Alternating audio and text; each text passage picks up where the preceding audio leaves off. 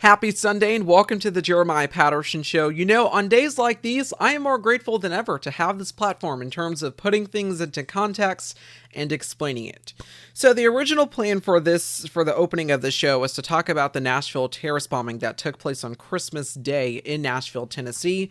But then, you know what? This is the Trump administration, so news just breaks like crazy. Then this article came by Amy Gardner at the Washington Post, indicating that President Donald J. Trump pressured the Secretary of State in Georgia to overturn the results of that state's election, therefore giving him a win. If you are not a regular listener of this show, welcome. It is understandable that you would click on this episode given the title. Also, to find some context about this thing right now. If you are a regular listener, thank you for joining me today. But for all of you, thank you for joining me. Welcome. And there is a lot to get to.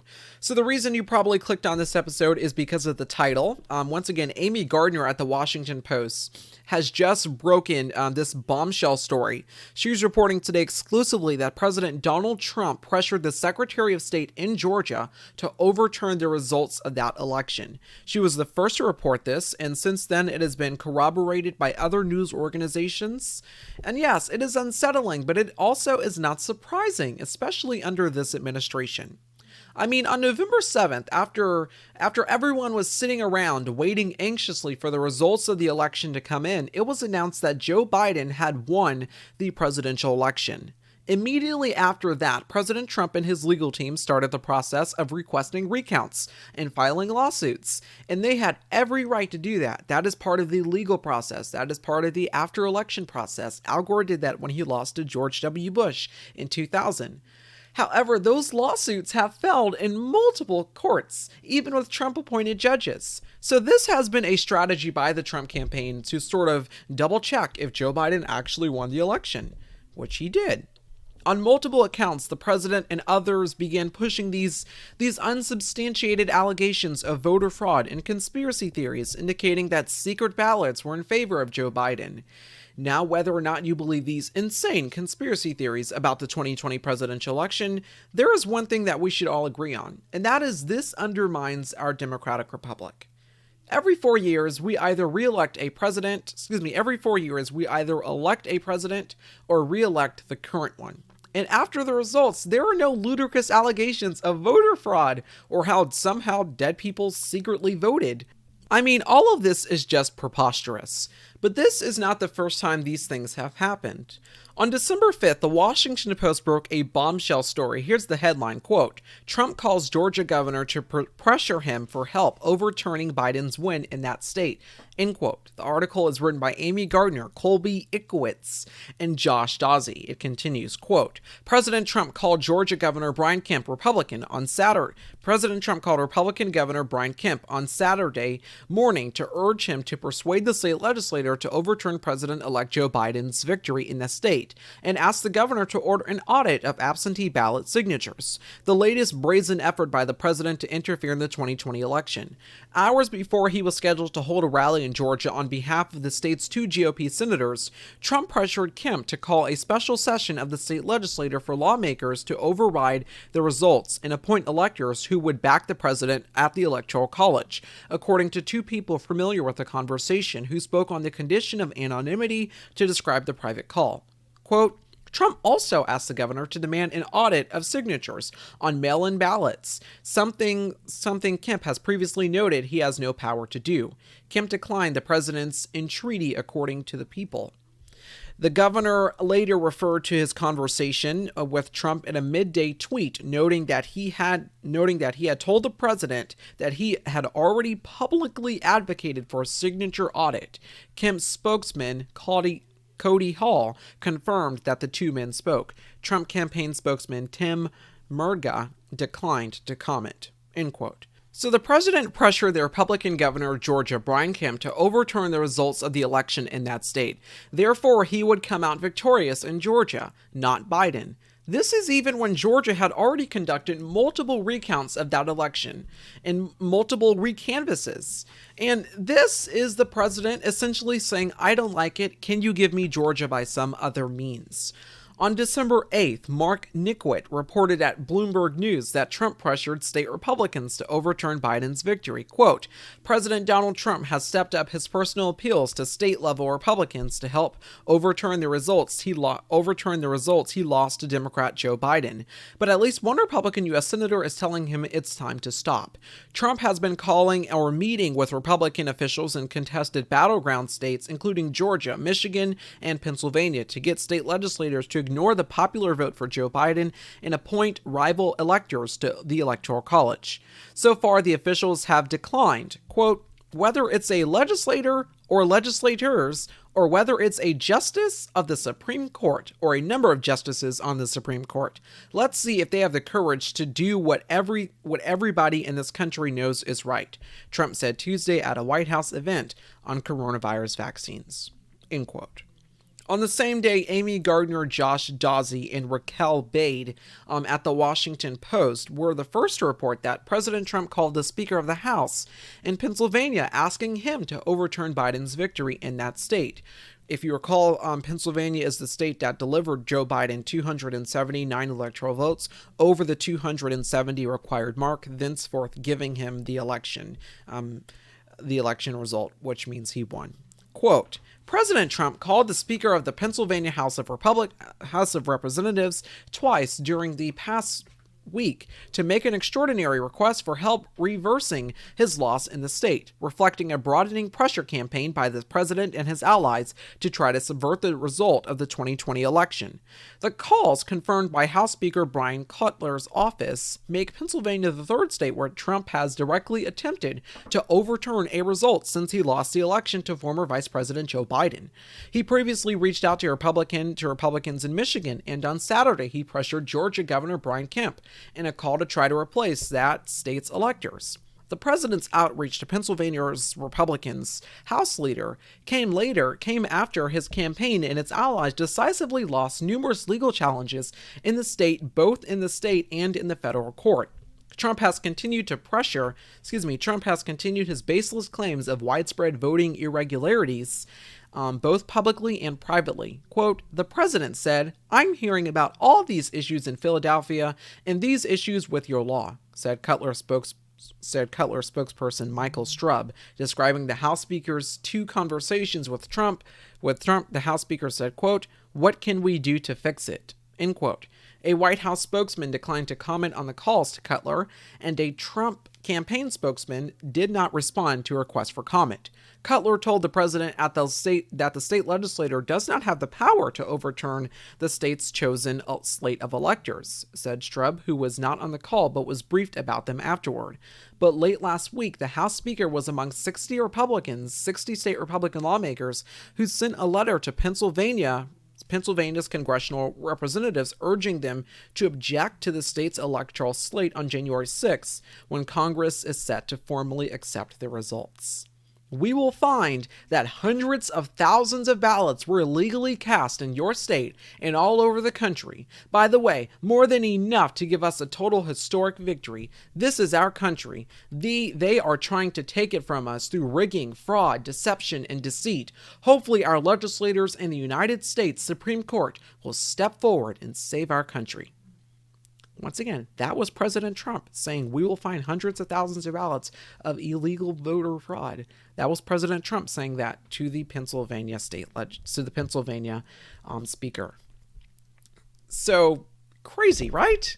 Then 2 days later, the Washington Post reports that the president is pressuring House Republicans to help him overturn the result of the election. The article reads, quote, the president has been calling Republicans, imploring them to keep fighting and more loudly proclaim the result was stolen while pressing them on what they plan to do. He spoke to Arizona Republican Chairwoman Kelly Ward and Representative Mike Johnson, head of the Conservative Republican Study Committee, on Wednesday, and is meeting Thursday at the White House with several state attorneys general.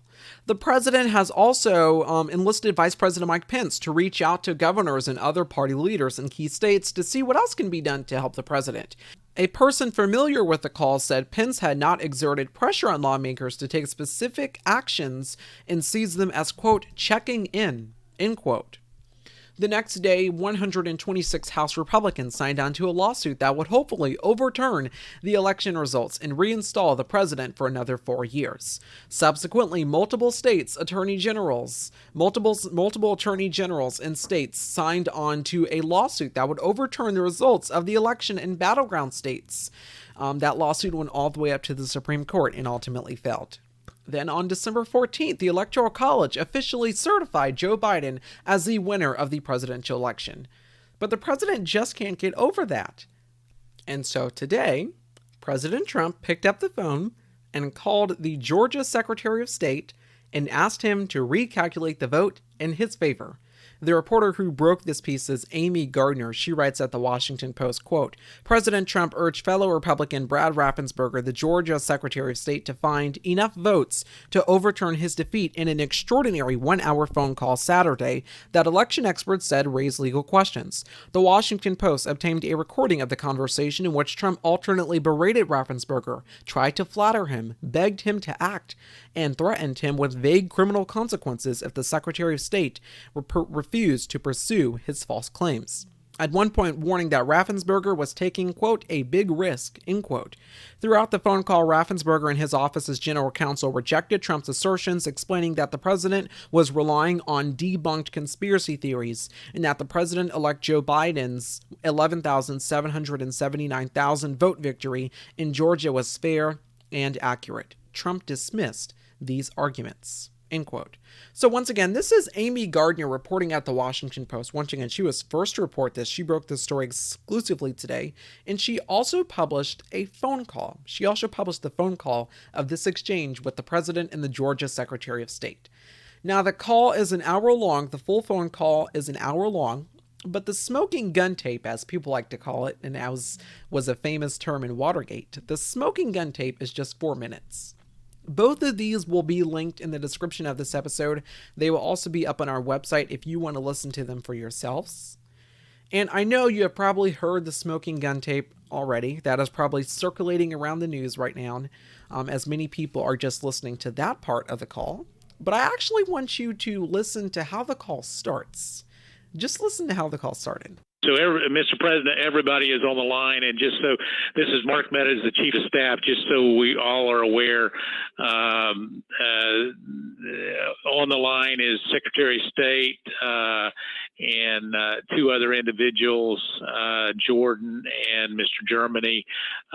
With him, you also have the attorneys that represent the President, Kurt and Alex, and Cleta Mitchell, who is not the attorney of record, but has been involved, myself, and then the President. So, Mr. President, I'll turn it over to you. Okay, thank you very much. Hello, Brad and Ryan and everybody. We appreciate the time and the call. So we've spent a lot of time on this, and if we could just go over some of the numbers, I think it's pretty clear that we won. We won very substantially, Georgia. You even see it by rally size, frankly. We'd be getting 25, 30,000 people a rally, and the competition would get less than 100 people, and it never made sense. But we have a number of things. We have at least two or three, anywhere from 250 to 300,000 ballots were dropped mysteriously into the rolls. Much of that had to do with Fulton County, which hasn't been checked. We think that if you check the signatures, a real check of the signatures going back in Fulton County, you'll find at least a couple of 100,000 of forged signatures of people with who have been forged, and we are quite sure that's going to happen. Another tremendous number. We're going to have an accurate number over the next 2 days with certified accountants, but an accurate number will be given, but it's in the 50s of thousands, and that's people that went to vote and they were told they can't vote because they've already been voted for, and it's a very sad thing. They walked out complaining, but the number is large. We'll have it for you, but it's much more than the number of 11,779. That's the current margin is only 11,779. Brad, I think you agree with that, right? That's something I think everyone At least that's a number that everyone agrees on. But that's the difference in the votes. But we've had hundreds of thousands of ballots that we're able to actually, we'll get you a pretty accurate number. You don't need much of a number, because the number that in theory I lost by the margin would be 11,779. But you also have substantial numbers of people, thousands and thousands, who went to the voting place on November 3rd, were told they couldn't vote. Were told they couldn't vote because a ballot had been put in on their name. And, that's very, very, very, very sad. We had... So that was just part of the opening of the call. Once again, President Donald Trump in this call, he is speaking right now. This is his long opening, and I assure you it is long. If you read the transcript of the call and actually go back and listen to the, the audio of the call, at one point, President Trump's opening is so long that the Chief of Staff, Mark Meadows, the White House Chief of Staff, interjects and says, "Okay, Mr. President," the Chief of Staff actually says this. The Chief of Staff interjects because the President is giving this long introduction. He just goes on. So the Chief of Staff says this, quote, "So, Mr. President, if I might be able to jump in, and I'll give Brad a chance. Mr. Secretary, obviously there are allegations where we believe that's not every vote or fair vote or legal vote was counted, and that's at odds with representation from the Secretary of State's office." Here's that exchange with the Secretary of State and the White House Chief of Staff. Many affidavits to that effect. So, Mr. President, if I might be able to jump in, and I'll give Brad a chance, Mr. Secretary, obviously there are allegations where we believe that not every vote or fair vote and legal vote was counted. And that's at odds with the representation from the Secretary of State's office. What I'm hopeful for is there some way that we can find some kind of an agreement to look at this a little bit more fully. The president mentioned Fulton County, but in some of these areas where there seems to be a difference of where the facts seem to lead. And so, Mr. Secretary, I was hopeful that, in a spirit of cooperation and compromises, there's something that we can at least have a discussion to look at some of these allegations to find a path forward that's less litigious. Well, I've listened to what the president has just said. President Trump, we've had several lawsuits, and we've had to respond in court to the lawsuits and the contentions. We don't agree that you have one. I didn't agree about the 200,000 number that you mentioned, and I could go through that point by point. What we had done is we gave our state senate about 1.5 hours of our time going through the election issue by issue. And then on the state house, the government affairs committee, we gave them about 2.5 hours of our time, going back point by point on all the issues of contention. And then just a few days ago, we met with our U.S. congressman, Republican congressman, and we gave them about 2 hours of our time talking about this past election. Going back, primarily what you've talked about here, focused in on primarily, I believe, is the absentee ballot process. I don't believe that you're really questioning the Dominion machines, because we did a hand retally, a 100% retally of all the ballots, and compared that to what the machine said, and it came up with virtually the same result. Then we did the recount, we got virtually the same result. So I guess we could probably take that off the table. I don't think there's an issue about that. I think what you were Brad, So that was after the president's long introduction. The White House Chief of Staff, Mark Meadows, then goes to interject saying, "So, Mr. President, if I may be able to jump in here." And then the president starts talking is essentially just gets weird. The president talks about this State Farm ad. He talks about the internet, how voters in Alabama and South Carolina are voting illegally. He also talks about, Brad, votes were dropped in there in the middle of the night. You know what they did. I mean, just absolutely ludicrous. So that is the part, that's just another part of the call. Now here's the reason why you clicked on this episode. This right here, this is the smoking gun tape. Listen. We have won this election in Georgia based on all of this. And there's nothing wrong with saying that, Brad. Having a correct, the people of Georgia are angry. And these numbers are going to be repeated on Monday night, along with others that we're going to have by that time, which are much more substantial even. And the people of Georgia are angry. The people of the country are angry. And there's nothing wrong with saying that, that you've recalculated. Well, Mr. President, the challenge that you have is the data you have is wrong. Now, do you think it's possible that they shredded ballots in Fulton County? Because that's what the rumor is. And also that Dominion took out machines. That Dominion is really moving fast to get rid of their machinery. Do you know anything about that? Because that's illegal. This is Ryan, Germany.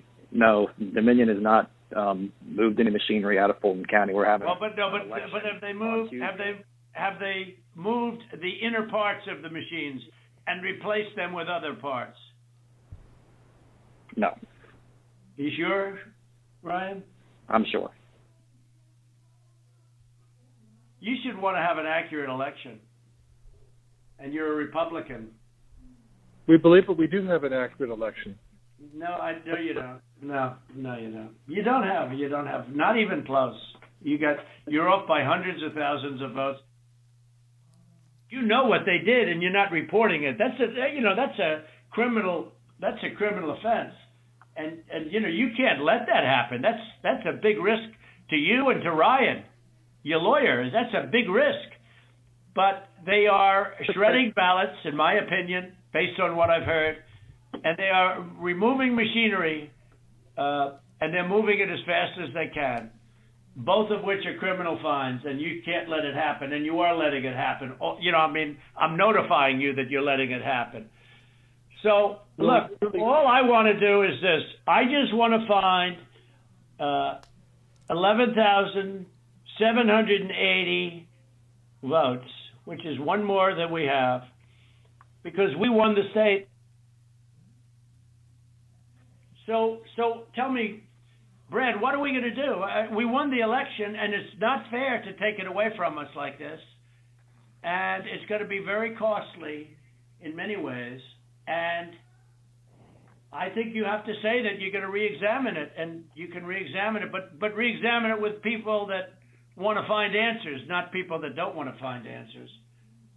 For instance, I'm hearing Ryan, and he's probably, I'm sure, a great lawyer and everything, but he's making statements about those ballots that he doesn't know. But he's making them with he did make them with surety, but now I think he's less sure, because the answer is they all went to Biden. And that alone wins us the election by a lot. So. Mr. President, you have people that submit information, and we have our people that submit information, and then it comes before the court, and the court then has to make a determination. We have to stand by our numbers. We believe our numbers are right. Well, under law, you're not allowed to give faulty election results, okay? You're not allowed to do that, and that's what you've done. This is a faulty election result. And honestly, this should go very fast. You should meet tomorrow, because you have a big election coming up, and because of what you've done to the president, the people of Georgia know that this was a scam. And because of what you've done to the president, a lot of people aren't going out to vote. And a lot of Republicans are going to vote negative because they hate what you did to the president, okay? They hate it. And they're going to vote. And if you would be respected, if this thing could be straightened out before the election. You have a big election coming up on Tuesday. Once again, just this absolutely unsettling phone call with President Trump pressuring the Georgia Secretary of State to overturn the results of that election in that state, therefore making him the winner and Biden would lose. Also, I get to win by one vote. I mean, right down to the number. Whether or not you support the president, you should be concerned about this. Eric Lipton at the New York Times reports, quote, Trump call to Georgia official might violate state and federal law. Quote, the call by President Trump on Saturday to Georgia's Secretary of State raised the prospect that Mr. Trump may have violated laws that prohibit interference in federal or state elections but lawyers said on Sunday that it would be difficult to pursue such a charge against the president. The recording of the conversations between Mr. Trump and Secretary of State Brad Raffensperger of Georgia, first reported by the Washington Post, led a number of election and criminal defense lawyers to conclude that by pressuring Mr. Raffensperger to find the votes he would need to reverse the election outcome in that state, Mr. Trump either broke the law or came close to it. Quote, it seems like to me what he did clearly violates Georgia statutes, said Leanne Webster, an Atlanta criminal defense attorney, citing a state law that makes it illegal for anyone who, quote, solicits, requests, commands, importunes, or otherwise attempts to cause the other person to engage in election fraud. At the federal level, anyone who, quotes, knowingly and willfully deprives, defrauds, or attempts to deprive or defraud the residents of a state of a fair and impartially conducted election process is therefore breaking the law. End quote. You know, if these were normal times, President Trump would be impeached, right? But this is just a Sunday in the Trump administration. Also, the Republicans would not convict him in the Senate. We are a nation of the rule of law. We have a democratic republic. We have presidents, not kings, nor queens, nor dictators, nor autocrats or authoritarians. But what the president has just done not only further weakens our democratic republic, but leaves behind a dangerous blueprint for anyone who wants to try this in the future. This news is disheartening, it is unsettling, and I feel some perspective is definitely needed. Miss Najeema Davis Washington joins me next. Hi, Grandma. At a time when we're asked to sacrifice, we step up to do our part. On the home front, on the front lines, to lend a helping hand and hold each other up. We are resilient, vigilant, and we'll get through this because we're better together, even if we're a little farther apart. Welcome back. We are continuing to follow the breaking news that President Trump pressured the Georgia Secretary of State to recalculate the vote in his favor. According to Amy Gardner at the Washington Post, quote, President Trump urged fellow Republican Brad Raffensperger, the Georgia Secretary of State, to find enough votes to overturn his defeat in an extraordinary 1-hour phone call Saturday that election experts said raised legal questions, end quote. Joining me now for the interview is Miss Najeema Davis Washington to talk about this news. Miss Washington, thank you so much for coming on the show. Thank you so much for having me. In this phone call with the Georgia Secretary of State, the president deliberately asked him to find 11,780,000 votes to make him the winner. Right now, Biden's victory is 11,779,000 votes. So all the president needs is one more vote to win Georgia's race. What do you make of this phone call? I believe this phone call is unfortunately in line with what we've seen from this entire presidency. It is despicable, to say the least. I have been so upset with the attempts at erosion of our democracy. Mm-hmm. I would have never guessed 4-6 years ago that we would be in a position like this. Nevertheless, this is what you get when you elect a person such as Donald J. Trump to the presidency. Mm-hmm. It's mind-blowing, and it's disheartening. Yeah. It's very disheartening because never before have we, in our lifetime, in my lifetime and in your lifetime, going forward, mm-hmm. have we seen anything like this where someone simply cannot accept the fact that in this case, they lost. It is the picture of white supremacy, Hmm. white privilege, in its face, and Yeah. it's I'll just keep saying the same words over and over again. It's despicable, heartening. Um, the gall, the actual gall of this man, um, to try to undo what has been done, what has been spoken by the people. We've never seen this before, Hmm. and the links. Um, just he's giving his playbook. Yeah. He's showing us how he operates. He's giving us his playbook. And it's so unfortunate that people will think that this is okay going forward, because Hmm. this is not okay.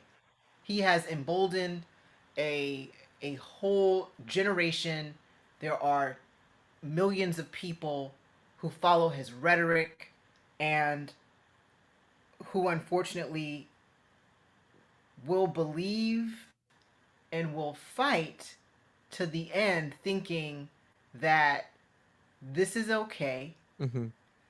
and that he has some legitimacy in this. And the people have spoken over and over and over again. There were more than enough recounts in Georgia. Yeah.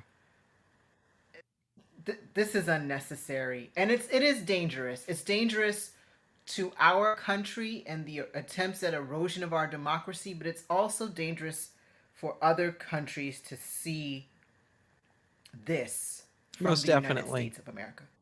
I The president has continued with this. There was a history of the president doing this. The president pressuring the Pennsylvania House Speaker.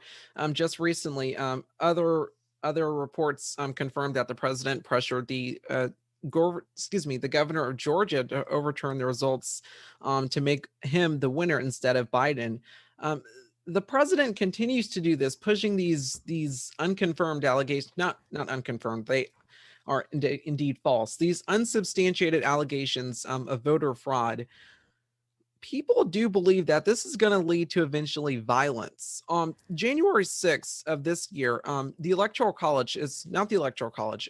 Vice President Mike Pence is supposed to certify in Congress the results of the 2020 presidential election. The president has just told the Proud Boys, this white supremacist group, to be in the streets and be ready. It'll be wild. What do you make of this? This, I mean, I have no words.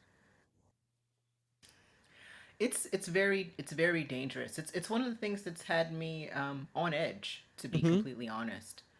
There is enough violence against Black and Brown people on a regular basis, um, whether it be police brutality or racism that people encounter in all systems.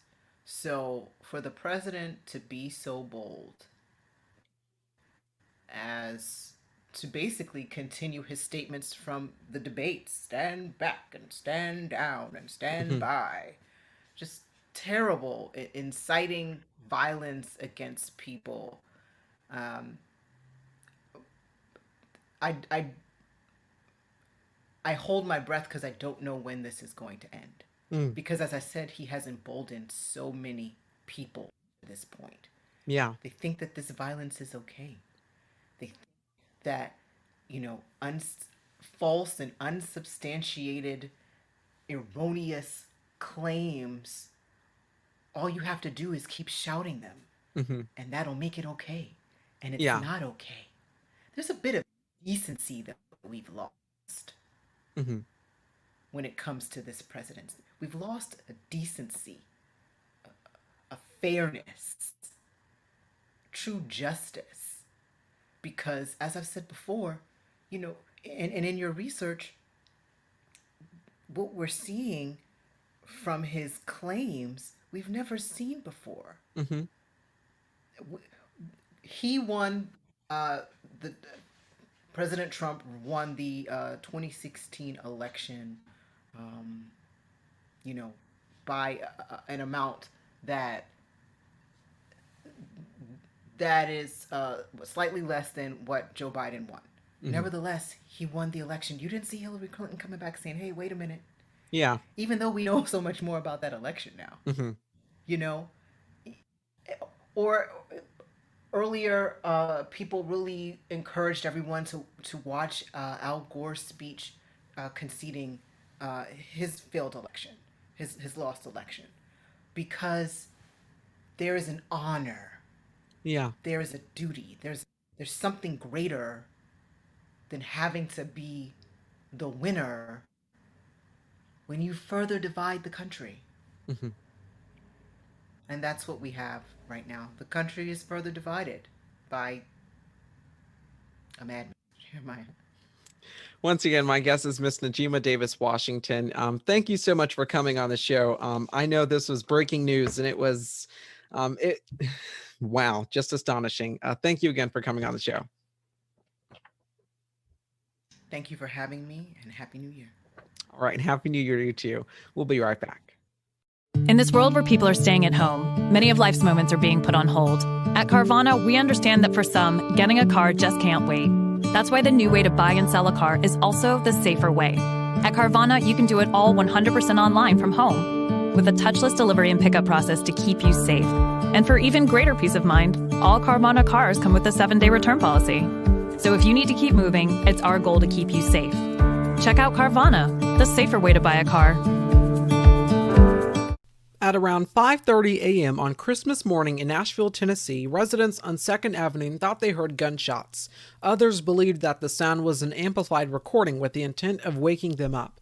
Then there was a weird recorded caveat from a loudspeaker on an RV. The computerized voice said, quote, "Evacuate now. This vehicle has a bomb and will explode," end quote. Shortly after that, it was no longer a warning, but it was a 15-minute countdown. Police officers responded to this at about 6 a.m. after receiving reports of gunfire. As police arrived, they recall not seeing any evidence of gunshots, but they did come across a suspicious RV parked near an AT&T transmission building. When they heard what the RV was broadcasting, they called in the bomb squad. Before the bomb squad arrived, the police officers went door to door, urging residents to evacuate immediately. According to the Washington Post, they also turned one man around who was walking his dog. Then at 6:30 a.m., the RV exploded near the 2nd Avenue, North and Commerce Street as well, smashing windows, doors, signs, and eradicating buildings. Reportedly, flames of fire went up in the air. This is audio of an officer telling people to get to their car and evacuate the area. Are you guys okay? No, my guys. Where's your car? Are you doing? Okay, go to your car. What's going on? Multiple people were injured in this terrorist attack. The Washington Post published an account of one woman's experience on that early Christmas morning in Nashville, Tennessee. Quote, Williams, the 2nd Avenue resident, said she was sleeping with her wife, Kim Maldon, when they were jolted awake by the sound of gunfire a little before 5:30 a.m. and called 911.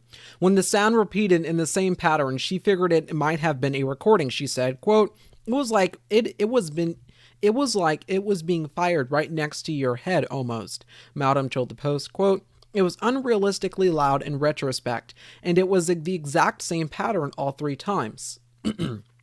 Quote, peering out her 3rd-story window, the 59-year-old said she could see an RV parked across the street.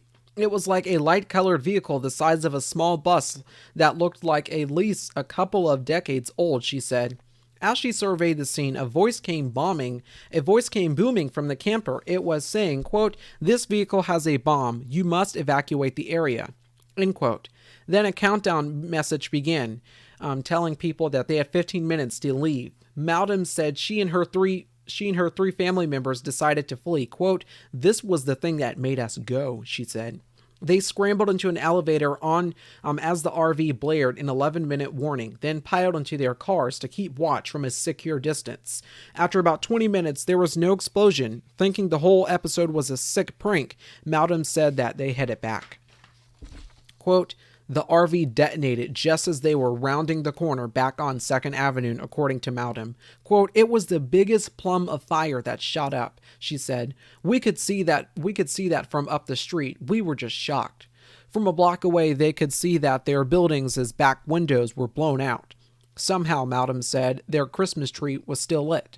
Firefighters soon arrived and told them to clear the area. Malcolm, who works for a vacation property manager and hospital receptionist, says she and her family are staying in a local hotel, processing what had happened and counting their blessings. Their building is badly damaged, and they don't know what, if any, belongings they'll be able to recover. But they're grateful that they weren't physically harmed. Quote, "We almost didn't go," she said. "We almost didn't take it seriously. Whoever did this certainly intended for all of us to leave." End quote. The mayor of Nashville, Tennessee, said that 2020 has been the year of the first responders, and that they were on the scene immediately after this bombing. This explosion in Nashville, Tennessee was a suicide bombing, but many newspapers and news organizations are reluctant to use that term. Also, people are enraged that this is not being labeled as domestic terrorism. Indeed, it is. According to the girlfriend of the Nashville terrorist, according to the girlfriend of the Nashville terrorist bomber, she warned police 16 months prior to this explosion in a police report about what her boyfriend was doing. Now, I've read the actual police report, but before I read that to you, I want you to actually take a listen to this 911 phone call. This is the attorney for the Nashville suicide bomber's girlfriend. Listen. Metro Nashville 911, what is the address of your emergency? Well, I'm not exactly sure. Let me explain to you what I got. I'm an attorney here in Nashville, have been about 30 years. My name is Ray Throckmorton. Phone number I'm calling from is, and that is my personal cell phone. I have a client who has called me this morning, and her full legal name is Pamela Perry, and she has made a number of threats about her own life, and I believe her to be at the following address. It is 3816 Seifert Lane, spelled S-Y-F-E-R-T. That's Nashville, Tennessee, 37211. I am on my way to that address right now. She is armed. She has firearms. She has told me that this morning. She is supposedly with the firearms on the front porch. But I can tell you that if a bunch of police cars and ambulances pull up with sirens wailing and lights flashing, that she will shoot herself. So I need a police officer to meet me over there where maybe I can defuse this situation. Okay, I don't want you going right to the house, but just repeat the address for me for verification. It is 3816 Seifert, S-Y-F-E-R-T, Lane, okay, Nashville, Tennessee. Okay, is this a house, apartment, or a duplex? Do you know? It's a home over in the Tusculum area, off of Haywood Lane. Okay, what is Pamela's description? Is she white, black, Hispanic, Asian? She is white. She's middle-aged. I don't know. Pamela's what, maybe mid-50s? Yeah, last time I saw her, she had red hair. Yeah, last time I saw her, she had dyed her hair red. Okay, and I understand that it was the suicidal threats, but tell me exactly what happened, what she said. She has threatened to take her own life, and she has also given me information about another resident of that part of Nashville who is, I think, also got some mental and emotional problems, who is allegedly building bombs in his house on Bakertown Road, which is right off of Antioch Pike. And I have reason to believe that there might actually be more truth to what she's telling me about him than what she's telling me about herself. Okay. So that's not happening at this address, is that correct? It is not. What is the, hold on, do we know the Bakertown Road address? I'm going to have to look it up. Okay, that's okay. And that guy's name, yeah, I'll tell that to the officer when he gets there, but I'm on the way right now. Yeah, I don't want you to go right to the house. So what kind of vehicle are you in? Yeah. Yeah, I'm in a black Chevy Avalanche with tinted windows and Once again, that was a 911 call. That was the attorney for Anthony Warner's girlfriend, which of course Warner is the suicide bomber. This is what the police report reads from August 21st, 2019. Quote, on August 21st, 2019, police responded to a call for service at, then it says the address, spoke with Operation 1. During the incident, Operation 1 made statements that her boyfriend, which is the suspect, was building bombs in the RV trailer at his residence. While on the scene, then it states address, we also spoke with Operation 2. Operation 2 stated that he is an attorney for Operation 1 and the suspect, Operation 1, and that the suspect frequently talks about the military and bomb making. He stated that he believes that the suspect knows what he is doing and is capable of making a bomb. Police then responded to the suspect's residence. Police knocked on the door but did not receive an answer. Police observed that there was an RV trailer in the backyard, but the yard was fenced off and police could not see inside the RV. Police also observed Police also observed that the location has several security cameras and wires attached to an alarm on the front door. Police attempted several times, but could not get the suspect to open the door, and police did not have contact with him. End quote. So this is what the police report says. This is the police's experience about this, and it's just remarkable. And we also know that, according to the New York Times, Warner lived a reclusive life. The Tennessean was the first to report this, and we now have access to all of this information. If you are interested, this will be up on our website for public view. The Nashville Police Department is defending their response to this fact, to the fact that they received information that he was building a bomb.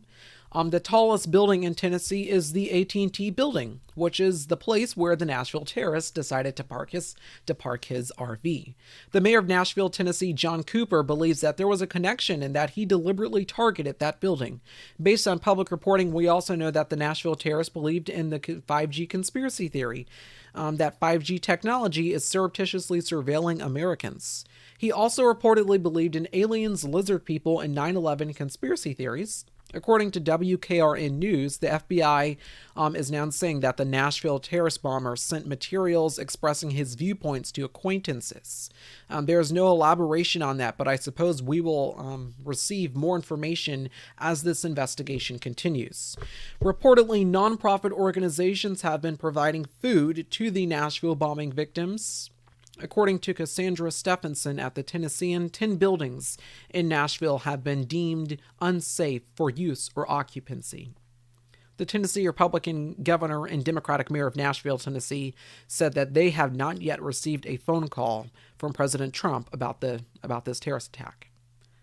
In public, the president has also said nothing about this. He's been staying quiet. Contrary to that, President-elect Joe Biden has vehemently condemned this act of terrorism and has adulated first responders.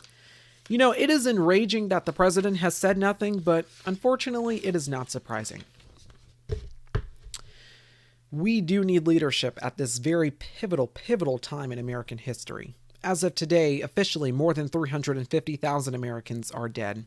17 days till Joe Biden becomes the president of the United States, till he is sworn in on Inauguration Day. Thank you so very much for listening to this episode of the Jeremiah Patterson Show. The news this week has been a lot, but if you think today was crazy, wait until Saturday and Sunday. Those are going to be very, very long episodes. Hopefully not, but this week is about to be crazy. So thank you very much for listening to this episode of the Jeremiah Patterson Show. This news will be crazy, of course, in terms of the news. I will be publishing my full interview with Miss Najeema Davis Washington on our website. You can find that information there. Thank you again for listening to this episode. Remember to wear your mask, stay safe, because cases, hospitalizations, and deaths are rising. God bless all of you. Thank you so much for listening, and I'll see you next weekend.